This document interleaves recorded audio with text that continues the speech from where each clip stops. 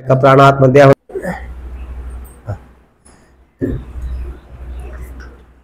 ప్రభుని ఆరాధించడానికి పూర్వము దేవుని యొక్క వాక్యంలో నుంచి ఒక భాగం చదువుకుంటాం.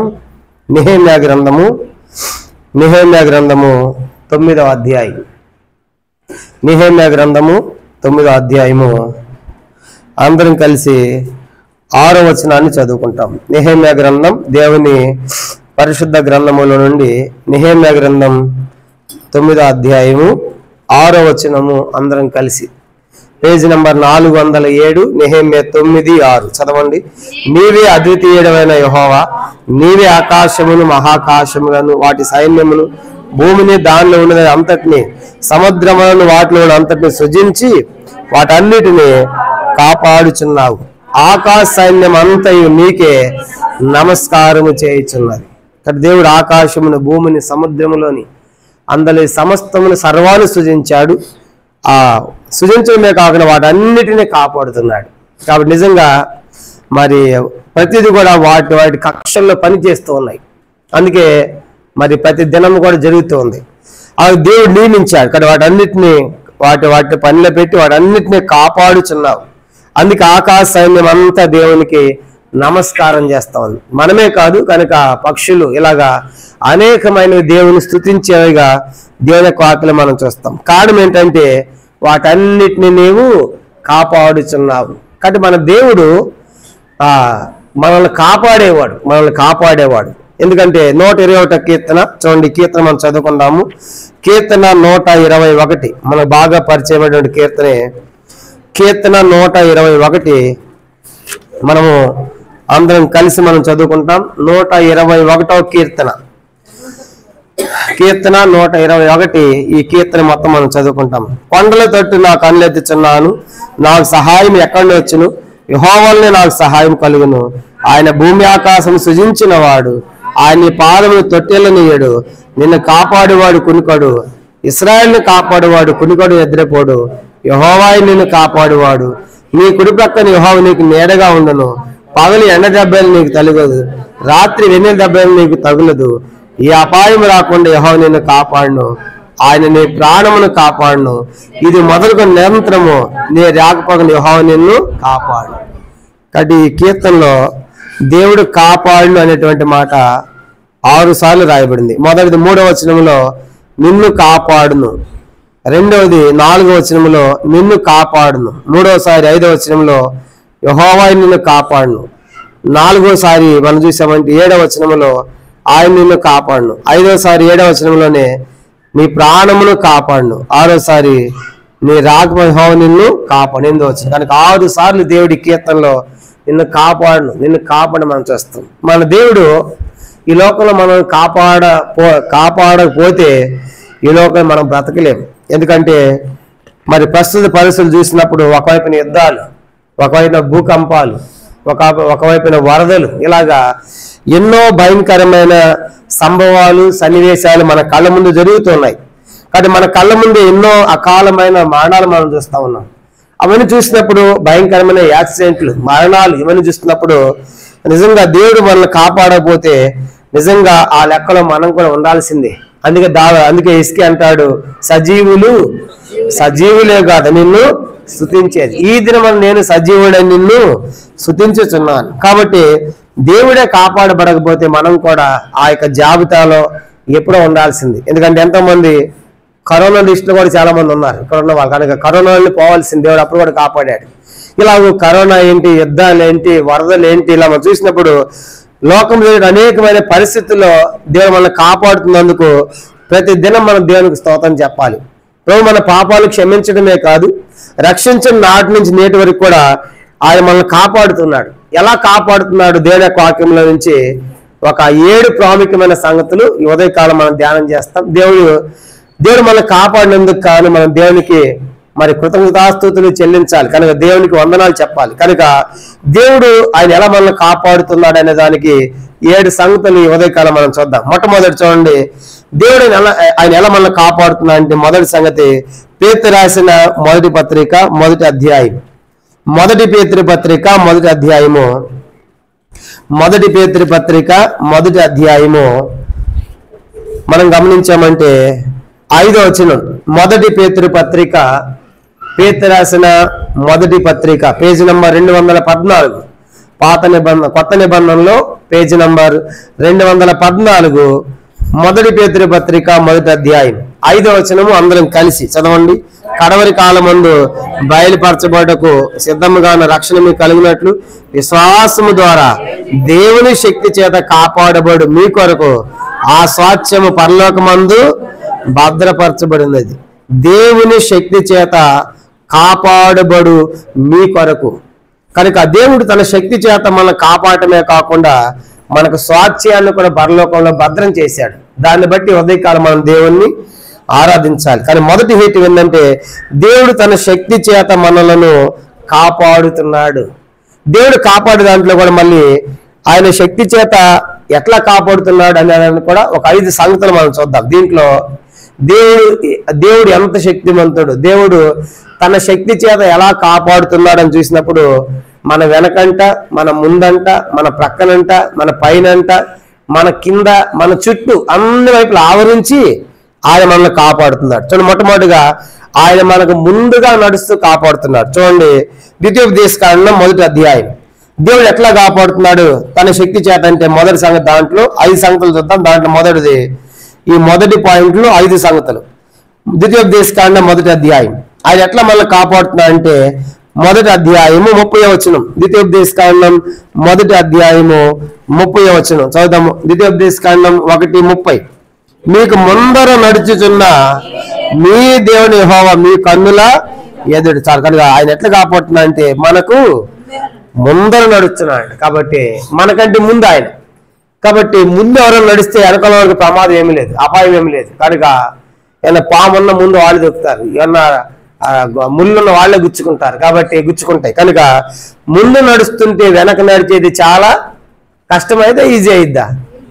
ముందు నడిచేవాడు కష్టం. కాబట్టి అందుకే యేసు కూడా అన్నాడు శిష్యులతో, ముందు నడవం వల్ల నన్ను వెంబడించుడు అన్నాడు. కాబట్టి నా అడుగులు నడవండి, నేను పోతున్నాము, నా వెనకాల రండి. కాబట్టి అనుసరించడం, వెంబడించడం చాలా కష్టమే, నడిచేది కష్టం ముందు. కాబట్టి ప్రభు ఎట్లా కాపాడుతున్నా అంటే మనకు ముందుగా ఆయన నడుస్తున్నాడు. కనుక ఆయన నడుస్తున్నాడు. ఒక మాట చెప్పాలంటే ఆయన అడుగుల్లో మనం అడుగేస్తాం అన్నట్టు. కాబట్టి అట్లా కాపాడుతున్నాడు, మన ముందు నడుస్తూ కాపాడుతున్నాడు. రెండవదిగా మన వెనక్కి కూడా కాపాడుతున్నాడు. యెషయా గ్రంథం 52వ అధ్యాయం. యెషయా గ్రంథము 52వ అధ్యాయము చూడండి, మన వెనుకటి భాగాన్ని కూడా ఆయన కాపాడుతున్నాడు. యెషయా గ్రంథం 52వ అధ్యాయము 12వ వచనం. యెషయా గ్రంథము 52వ అధ్యాయము 12వ వచనం. యెషయా 52:12, మీరు త్వరపడి బయలుదేరరు, పారిపోవు రీతిగా వెళ్ళరు, యెహోవా మీ ముందర నడుచును, ఇశ్రాయేలు దేవుడు మీ సైన్యపు వెనుకటి భాగమును. కాబట్టి ఆ దేవుడు మనం ఎట్లా కాపాడుతుందంటే మన ముందు నాటమే కాదంట, ఇశ్రాయేలు దేవుడు మీ సైన్యపు వెనుకటి భాగమును కావలి కాయలు. కానీ ముందు వెళ్ళటమే కాదు, వెనకాల నుండి కూడా ఆయన శత్రువు రాకుండా వెనక వైపు నుంచి కూడా ఆయన మనల్ని కాపాడుతున్నాడు. కాబట్టి ఉదయకాలం నిజంగా దేవుడు ఎంత శక్తిమంతుడు. దేవుని శక్తి చేత కాపాడబడటం అంటే ఆయన మన ముందు నడుస్తున్నాడు, మన వెనక నడుస్తున్నాడు. అంత మాత్రమే కాదంట, మనకు పైన కూడా 3వ సంగతి, కీర్తన 18, 18వ కీర్తన 3వదిగా ఆయన మన ముందు నడుస్తున్నాడు, మన వెనక నడుస్తున్నాడు.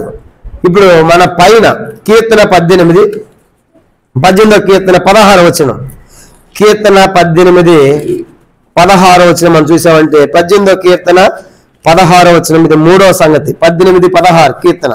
ఉన్నత స్థలం నుండి చేయి చాపి ఆయన నన్ను పట్టుకొని మహాజలరాశుల నుండి తీసు. అది ఆకాశంలో దేవుడు ఉన్నత స్థలము నుండి పైనుండి తన చేయి చాపి మనల్ని పట్టుకుంటున్నాడు. కాబట్టి ముందు నడవటమే కాదు, వెనక నడవటమే కాకుండా పైనుండి కూడా ఉన్నత స్థలములో ఉండి తన చేయి చాపి ఆయన మనల్ని పట్టుకొని అలాగే మనల్ని కాపాడుతున్నాడు. కాబట్టి ఇంకా దేవుడే చేయి పట్టుకుంటే ఆయన చేతిలోంచి ఎవడు ఏ సాతను కూడా మనల్ని అపహరింపలేడు. కాబట్టి ఆయన 3వదిగా పైనుండి తన చేయి చాపి మనల్ని పట్టుకొని మనల్ని కాపాడుతున్నాడు. 3వది. 4వది మనం చూసామంటే మన క్రింద కూడా ఆయన ఉంటాడంట. చూడండి, ద్వితీయోపదేశకాండం 33వ అధ్యాయం.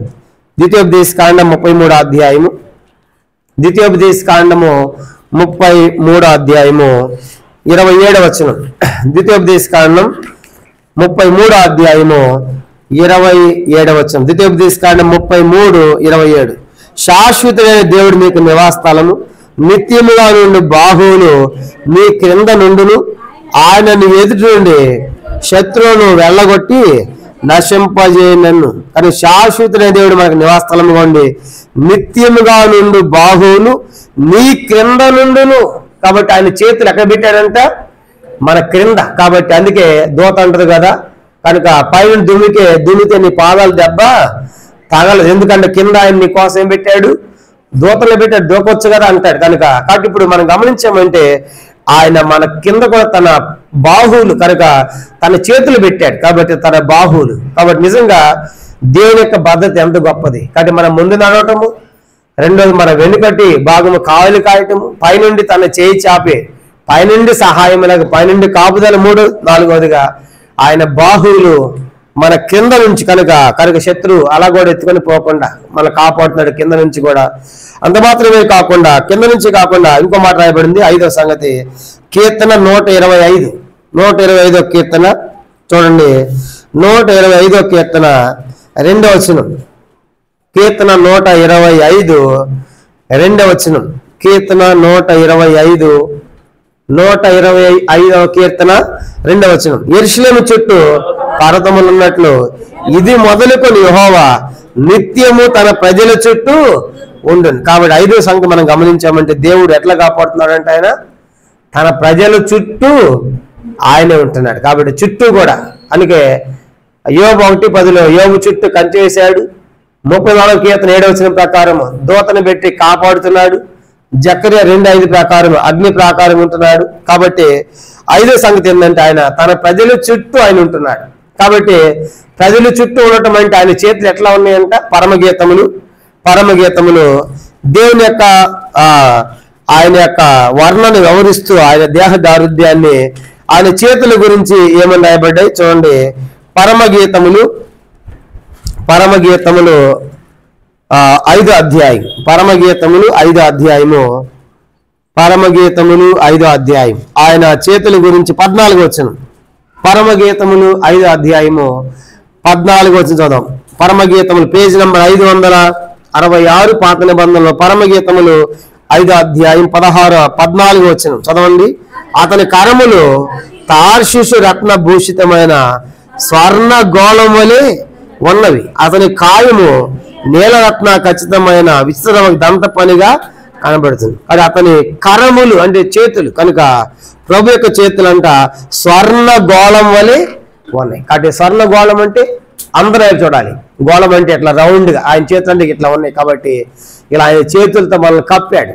అందుకే స్వర్ణ గోళం అంటే ఇట్లా అన్నమాట. కనుక ఆయన చేతుల్లో తన ప్రజల చుట్టూ ఉండటం అంటే ఆయన చేతులు ఎట్లా ఉన్నాయి? స్వర్ణ గోళం వల్లే పెట్టాడు. కాబట్టి ఇక శత్రు అపవాది విడిపించలేక అందుకేశ్వరు కొత్త నిబంధన అంటాడు, యెరూషలేము కోడి తన పిల్లలను ఎలాగూ రెక్కల కింద భద్రపరిచింది నేను అలాగూ చేర్చుకోవాలనుకున్నాను కానీ మీరు వల్లకపోతే అంటాడు ఇశ్రాయేలు ప్రజలతో యూదులతో. కాబట్టి ఈ ఉదయకాలం మన దేవుని ఆరాధించడానికి హేతు ఏంటంటే ఆయన తన శక్తి చేత మనలను కాపాడుతున్నాడు. ఎలా కాపాడంటే ఇప్పుడు 5 విషయాలు చూసాం. మొదటిది ఆయన మన ముందర నడుస్తూ కాపాడుతున్నాడు. రెండవదిగా ఆయన మన వెనక నడుస్తూ కాపాడుతున్నాడు. మూడవదిగా పైనుంచి తన చెయ్యి అందించి జలరాశుల్లో నుంచి కనుక మునిగిపోకుండా కొట్టుకొని పోకుండా తప్పిస్తున్నాడు. నాలుగవదిగా ఆయన మన కింద నుంచి తన హస్తాలు కనుక పెట్టి మనం మోస్తూ కాపాడుతున్నాడు. ఐదవది మన చుట్టూ కూడా ఆయన తన ప్రజల చుట్టూ పర్వతములు ఉన్నట్లుగా తన ప్రజల చుట్టూ ఉంది ఆయన చేతులు స్వర్ణ గోళములు వలె. ఆ రీతిగా తన శక్తి చేత మనల్ని కాపాడుతూ వచ్చాడు. ఇక్కడ అందుకే ఉదయకాలము సజీవుల లెక్కలు, సజీవుల భూమిలో, సజీవుల దేశంలో మనం ఉన్నాం. కాబట్టి అందుకే దీన్ని ఆరాధించాలి. ప్రభు ఈ దినము నన్ను సజీవ లెక్కలు ప్రవేశపెట్టినందుకై నీకు వందనాలు. నీ యొక్క 5 అంతల కాపుదలను బట్టి నీకు స్తోత్రాలు. మన దేవుణ్ణి ఆరాధించాలి. కానీ దేవుని శక్తి చేత కాపాడటమే కాకుండా రెండవదిగా మనం ఎక్కడ తొట్టిల్లకుండా ఎక్కడ పడిపోకుండా ఆయన మనల్ని కాపాడుతున్నారు. రెండో సంగతి యోధా పత్రిక 24వ వచనం. యోధా పత్రిక రెండవదిగా మొదటిది శక్తి చేత కాపాడబడుతున్నాడు. దాంట్లో 5 సంగతులు చూసాం. రెండవదిగా ఆయన ఎట్లా కాపాడుతున్నాడు? రెండవదిగా తొట్టిల్లకుండా పడిపోకుండా మనల్ని కాపాడుతున్నాడు. యోధా పత్రిక ఒక అధ్యాయం యోధా పత్రిక 24వ వచనం. యోధా పత్రిక 24వ వచనం. తొట్టిల్లకుండా మిమ్మును కాపాడుటకు. చాలా గమనించండి. రెండవదిగా ఆయన మనం ఎట్లా కాపాడుతుందంటే తొట్టిల్లకుండా. ఇంకో మాట చెప్పాలంటే మన కాలు చిక్కుపడకుండానట్లు. సామెతల గ్రంథం సామెతలు కనుక సామెతల గ్రంథం 3వ అధ్యాయం, సామెతలు 3వ అధ్యాయము మనం గమనించామంటే సామెతల గ్రంథము 3వ అధ్యాయము 26వ వచనం. సామెతలు 3:26. యెహోవా నీకు ఆధారమగును, ఆయన నీ కాలు చిక్కుపడకున్నట్లు ఆయన నిన్ను కాపాడు. కాబట్టి రెండో తలంపు ఏంటంటే ఆయన మనం తొట్టిల్లకుండా, మన కాలు చిక్కుపడకుండా మనల్ని కాపాడుతున్నాడు. కాబట్టి లోకంలో నిజంగా దేవుని యొక్క కాపుదల ఎంత భద్రత. ఒకసారి మేము విజయవాడ వెళ్ళినప్పుడు అక్కడ ఒక ఇంట్లో విజిటింగ్కి వెళ్ళాం. ప్రార్థన చేయమన్నారు. ఏంటంటే ఒక ఆమె కాలు తీసేశారు.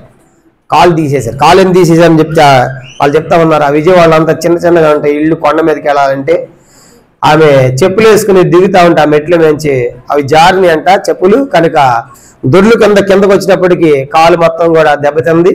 ఆమె షుగర్ ఉంది. ఆ కాలు తీసాల్సి వచ్చింది. కనుక చిన్న ఆమె వేసుకున్న చెప్పులే ఆమె కాలు తీయటానికి కారణమైంది. కాబట్టి కొన్నిసార్లు మనం చిన్న అపాయం అనుకుంటాం కాళ్ళు కూడా. కనుక కాలే తీసేశారు. కానీ మనకేం జ్ఞాపకం చేయబడుతుంది, దేవుడు మన పాదము తొట్టిల్లకుండా, మన కాలు చిక్కుపడకుండా మనలను కాపాడుతున్నాడు. కాబట్టి అందుకే మనం దేవుని స్తుతించాలి. ఇది రెండవ కారణం. మూడవది చూడండి ఆయన ఎలా కాపాడుతున్నా అంటే, మూడవదిగా సాతాను యొక్క తంత్రముల నుంచి, యుక్తుల నుంచి. మూడవది తెస్సలోనికైలు రాసిన 2వ పత్రిక 3వ అధ్యాయం. 3వ సంగతి 2వ తెస్సలోనికైలు 3వ అధ్యాయం. 2వ తెస్సలోనికైలు 3వ అధ్యాయము 3వ వచనం. తెస్సలోనికైలకు రాసిన 2వ పత్రిక 3వ అధ్యాయము 3వ వచనం. అందరం కలిసి. అయితే ప్రభువు నమ్మదగిన వాడు, ఆయన మిమ్మల్ని స్థిరపరిచి దుష్టత్వము నుండి కాపాడు. దుష్టత్వం 3 కింద దుష్టుని నుండి అంటే సాతాను, ఈవిల్ స్పిరిట్ నుండి. కనుక మూడవదిగా సాతాను నుండి మనల్ని కాపాడుతున్నాడు. దుష్టత్వం నుండి, దుష్టుని నుండి, అపవాదు నుండి, సాతాను నుండి తన ప్రజలను దేవుడు ఆయన కాపాడేవాడిగా ఉన్నాడు. కాబట్టి అందుకే మనం దేవుని స్తుతించాలి. ప్రభు, ఈ లోకంలో నీ శక్తి చేత 5 అంతలను కాపాడుతూ వచ్చావు. నా పాదము తొట్టిల్లకుండా, కాలు చిక్కుపడుకున్నట్లుగా నువ్వు కాపాడుతున్నావు. మూడవది, ఈ లోకంలో సాతాను యొక్క తంత్రముల నుంచి, యుక్తుల నుంచి, కనుక దుష్టుల నుంచి, కనుక ప్రతి దినము కూడా నువ్వు నన్ను కాపాడుతున్నందుకై నీకు స్తోత్రాలు అని మనం దేవుని స్తుతించాలి. కాబట్టి మూడవదిగా సాతాను యొక్క ఆ ప్రభావం నుండి, అపవాదు నుండి కనుక దేవుడు తన ప్రజలను కాపాడటమే కాకుండా ఆయన వారిని స్థిరపరుస్తూ ఉన్నాడు నమ్మదగిన దేవుడుగా. అందుకే మనం దేవుణ్ణి స్తుతించాలి. మూడవది. నాలుగవది చూడండి. నాలుగవదిగా ఆయన మనల్ని ఎలా కాపాడుతున్నా అంటే యెషయా గ్రంథం 26వ అధ్యాయం. యెషయా గ్రంథము 26వ అధ్యాయము 3వ వచనం. యెషయా గ్రంథం 26వ అధ్యాయము 3వ వచనం. యెషయా గ్రంథం 26:3.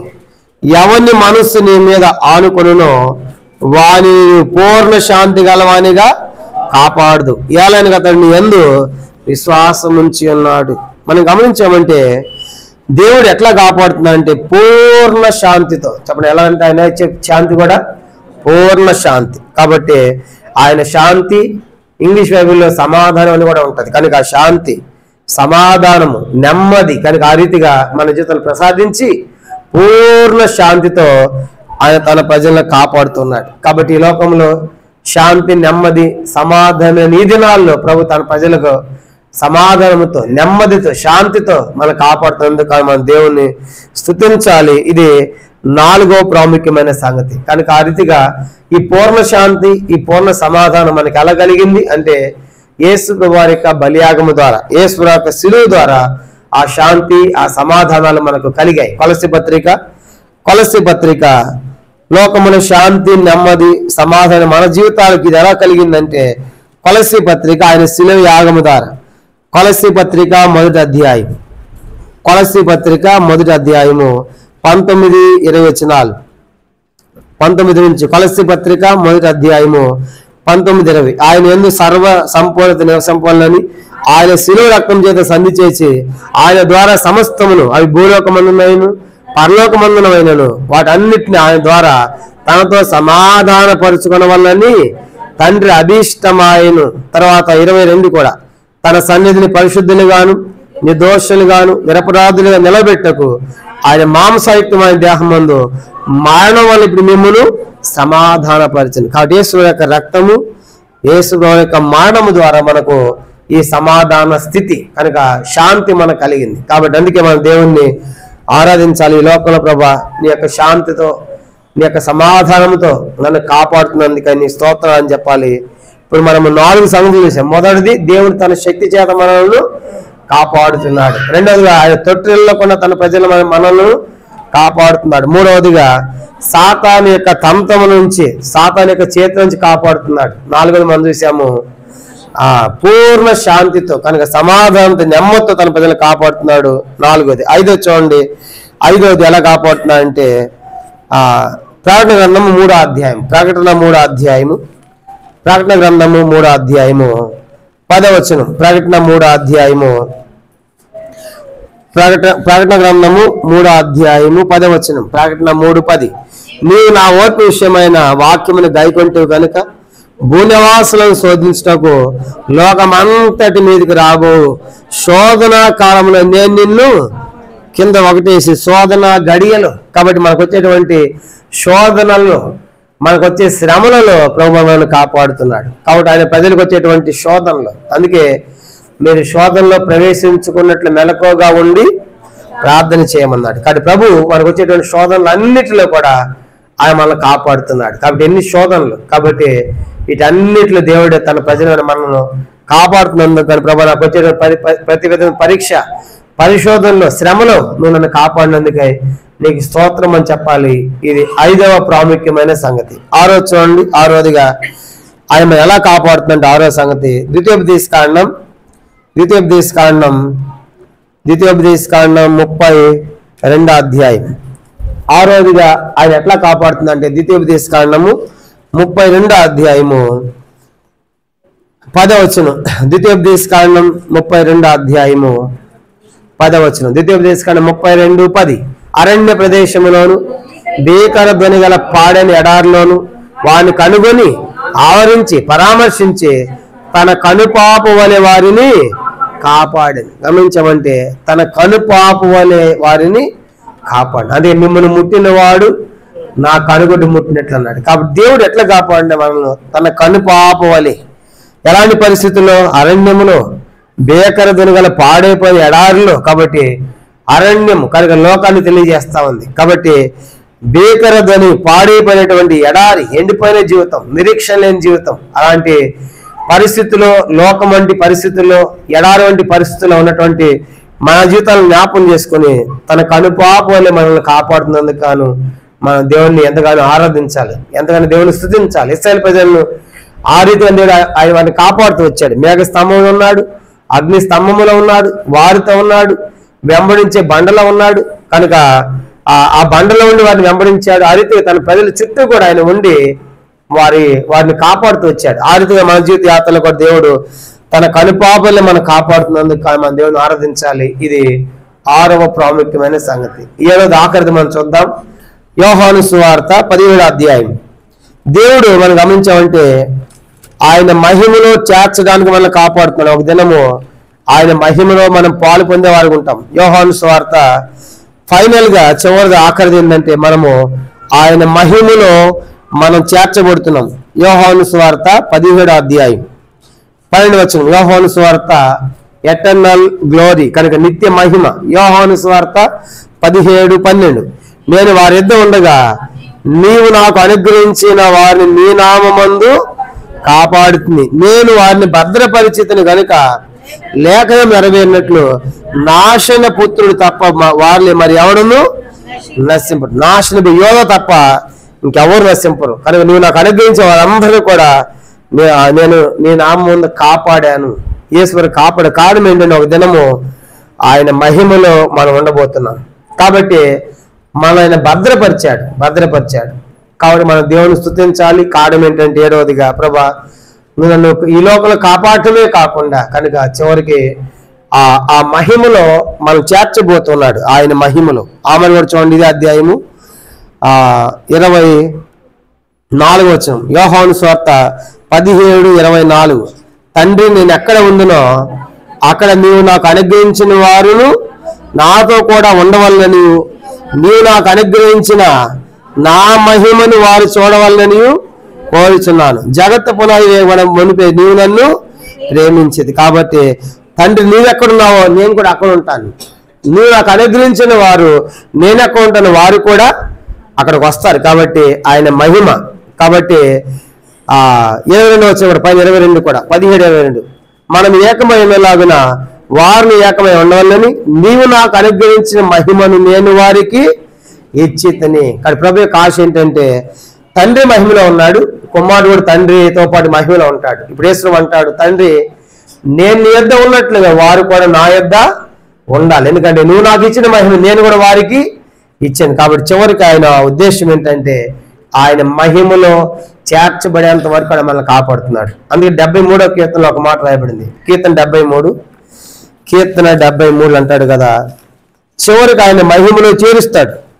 కీర్తన 73:24 వచనం. కీర్తన 73:24 వచనం. 73వ కీర్తన 24. నీ ఆలోచన చేత నన్ను నడిపించేదవు, తరువాత మహిమలో నీవు నన్ను. కాబట్టి ఈ లోకంలో ఆయన కాపాడుతూ నడిపిస్తూ ఆయన ఆలోచన చివరికి ఆయన ఎక్కడ చేర్చుకుంటాడంటే ఆయన మహిమలు. కనుక చివరికి ఎంత గొప్ప ఆధిక్యత. కనుక తండ్రితో కుమారునితో పాటు మనం కూడా ఆయన మహిమలో ఉండబోతున్నాం. అందుకే ఆయన ఎందుకు ఆరాధించాలంటే ఆయన ఈ లోకంలో మనల్ని కాపాడేటువంటి వాడు. కాబట్టి మరి క్రైస్ట్ అవర్ కీపర్. కాబట్టి ఈ లోకంలో ప్రతి పరిస్థితిలో మనం చూస్తూ వచ్చాము, తన శక్తి చేత మనల్ని కాపాడుతున్నాడు. 5 అంతలుగా చూసాము. మొదటిది మన ముందు నడుస్తున్నాడు, రెండోది మన వెనక నడుస్తున్నాడు, మూడోది మన పైనుంచి తన చేయిచా పైకి నడుస్తున్నాడు, మన కింద తన బాహువులు పెట్టాడు. అంత మాత్రమే మన చుట్టూ కూడా ఆయన తన హస్తములు పెట్టినట్టుగా తన ప్రజల చుట్టూ ఉన్నట్టుగా మనం చూస్తూ వచ్చాము. అంత మాత్రమే కాదు, మన తొట్టెళ్ళకుండా మనల్ని కాపాడుతూ వచ్చాడు.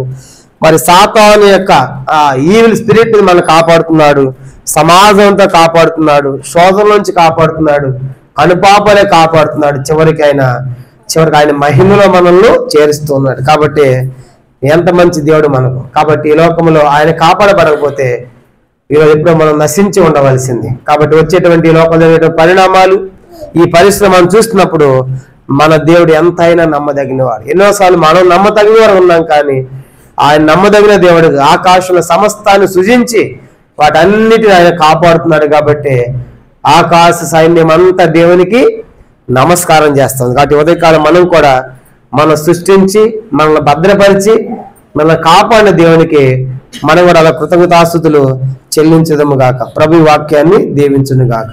ఆమేన్. సెంటర్లో అది